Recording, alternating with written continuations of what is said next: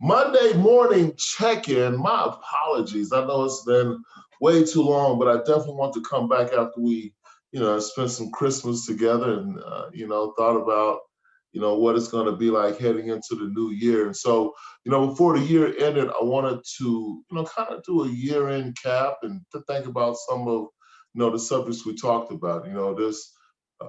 These past few months, there have been a multitude of folks who have been released from prisons, jails, and detention centers. And I think it's an imperative for us to really, really think about the quality of freedom that those folks are experiencing or going to experience.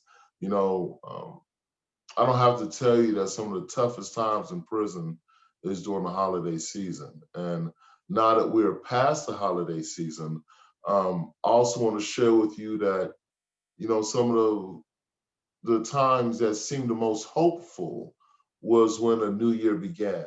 And so in prison, when we experienced the new year, we didn't get to stay up and watch the ball drop. We didn't get a chance to see the fireworks. Although, I think on some of those units where I was out in the country, I think we were able to hear the fireworks.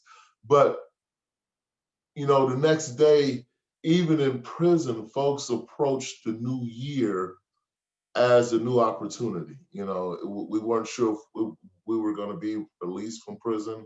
We weren't sure, if there was going to be a riot, but there was always a sense of a new beginning. And so I think that that's what I want us to bring out of 2020, as detrimental and as crazy, as lopsided, as topsy-turvy as 2020 has been. I want to encourage us to think about 21 being an opportunity for us to look back at 2020 and take those lessons forward and apply them in strategic ways. And one of those strategic ways I think we can apply the lessons from 2020 is, as we concentrated on the exodus of individuals, I don't think we put enough emphasis on making sure that the communities were prepped to come home. All of the reentry services weren't properly funded. County officials and government officials, as we argued about certain policy planks and as we argued about budgetary constraints, the folks who are left out of that mix are the folks who are coming home to prison, but they will be the first on the list should something happen that causes them to recidivate. So, we want to make sure that recidivism is not one of the words that we are employing next year. Quality of freedom, hopefully, is one of the top line objectives, goals, and thoughts as we enter this organizing cycle, as we enter this granting cycle, as we enter this new phase where organizations are restaffing and recommitting themselves and drafting new mission statements.